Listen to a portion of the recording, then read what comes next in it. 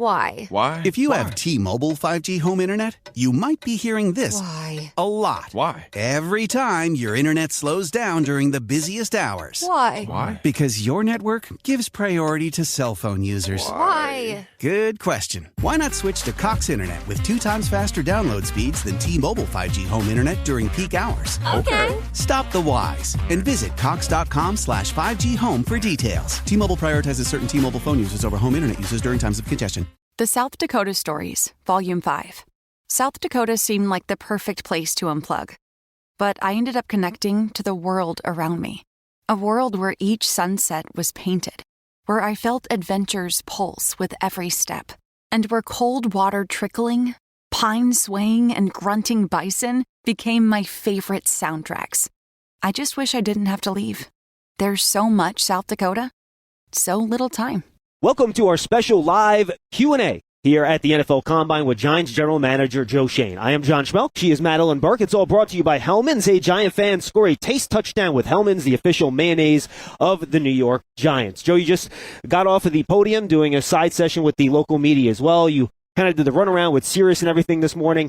A lot of the big topics were about where you are in terms of this team and the building process. What would be your overview to Giant fans in terms of your plan in getting this team back to where they were in year one of the regime as opposed to last year in the disappointment of picking in the top 10?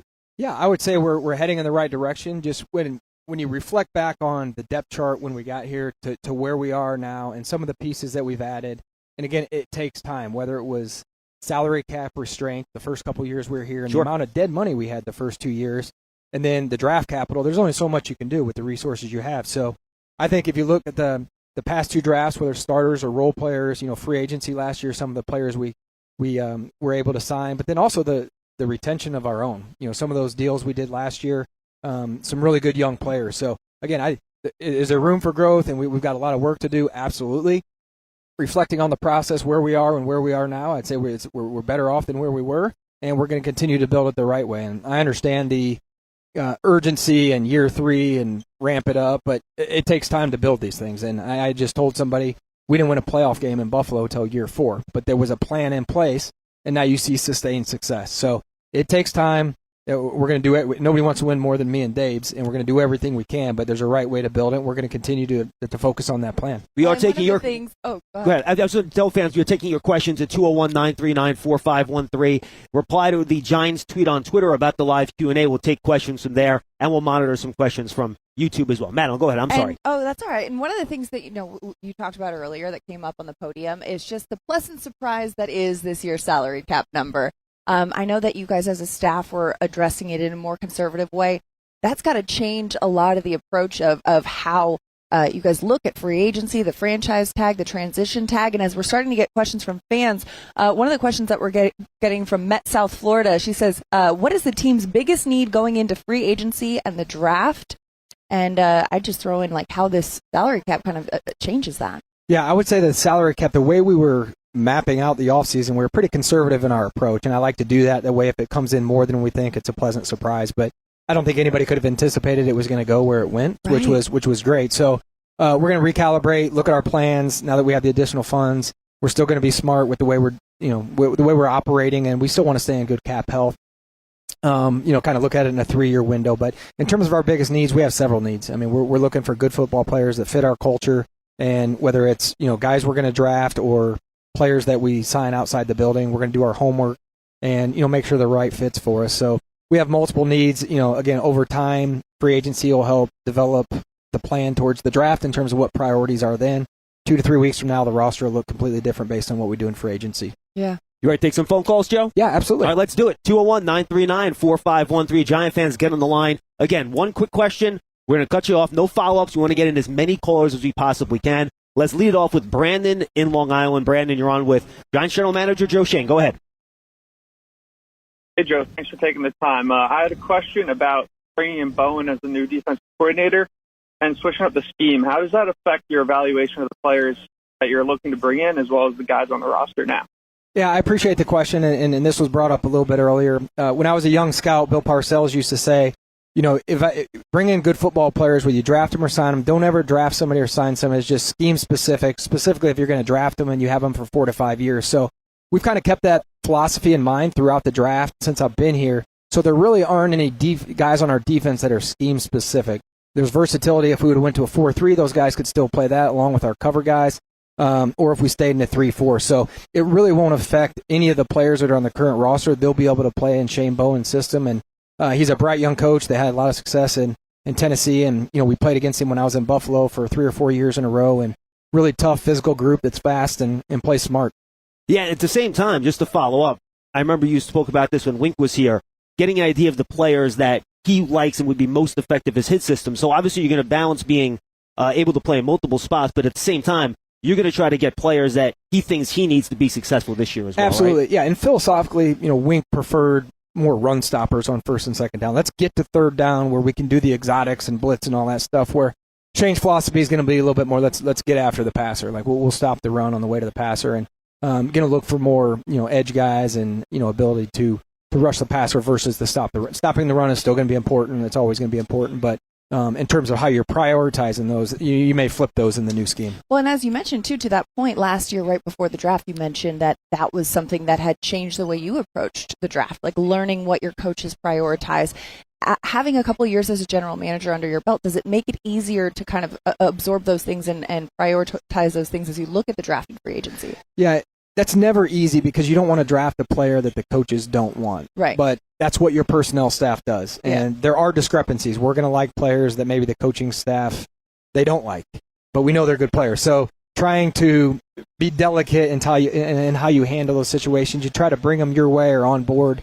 And because, again, just in history says if you draft a player they don't want, they're not invested. The chances of success usually goes down sometimes, unfortunately. But we're always going to work with our staff. I think it's important for them to be involved in the process. That way they have buy-in when you draft or sign a player. So that'll always be an important part of the process. All right, let's go back to the phones. Let's go to Derek in New York. Derek, you're up next with Giants General Manager Joe Schoen. Hey, Joe. How's it going? Good. How are you? I guess what I wanted to ask is, we as fans, we see everything that the media puts out regarding everything, obviously with Wink departing from the team and bringing in new coaches.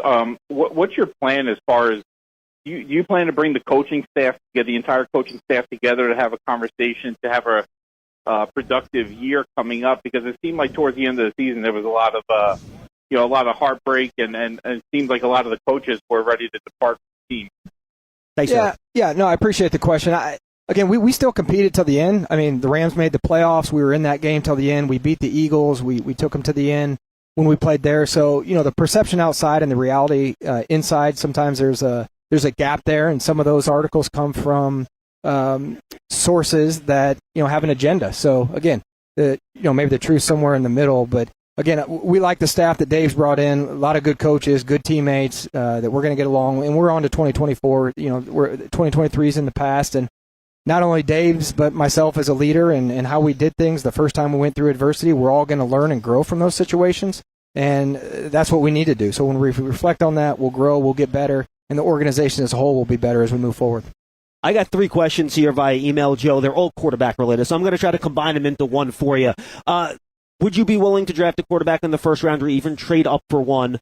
And what's the part of the evaluation of the quarterback position, in your opinion, that's the toughest, that you're really trying to figure out when you do all the meetings with these guys and kind of go through the tape?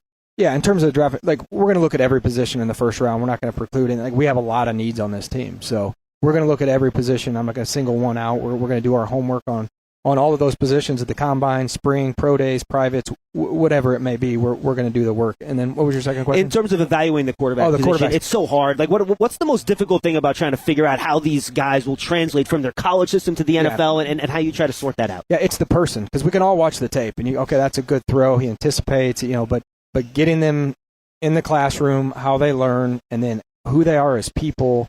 Leadership is important at that position. And then let's face it, we're in New York, largest market in the country. So you got to be able to handle adversity and be in every move, being scrutinized, every drive, every series, every game, every week, facing the media in the locker room every week after week. So you have to be built a certain way, because that can eat away at you. So as great as a guy may look on film, draft him, take him number 1, trade up 2, 3, whatever.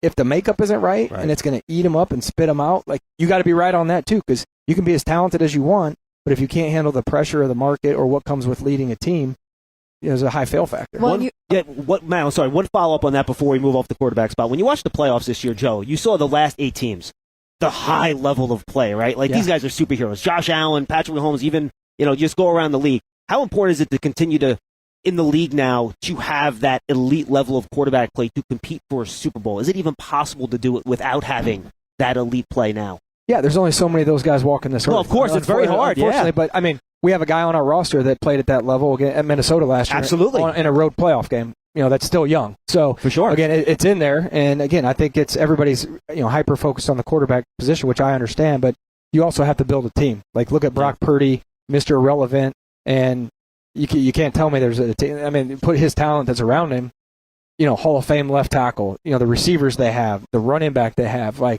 a coach that there's been continuity that's been there year over year. Those teams all did it in different ways, right? They all did it in different ways. And they tried to go up and get a quarterback. Yeah. They did. Yeah. And now he's with Dallas. But, again, so there's different ways to build the team. You look across the league, you're always looking at, different plans and how teams did it and, what's the best way to do it. And we're going to do it our way. And, we got a plan in place. And, we'll see how it plays out. Well, and Joe, one of the things that you mentioned earlier is finding somebody that can handle the New York market. And that's something that we hear a lot.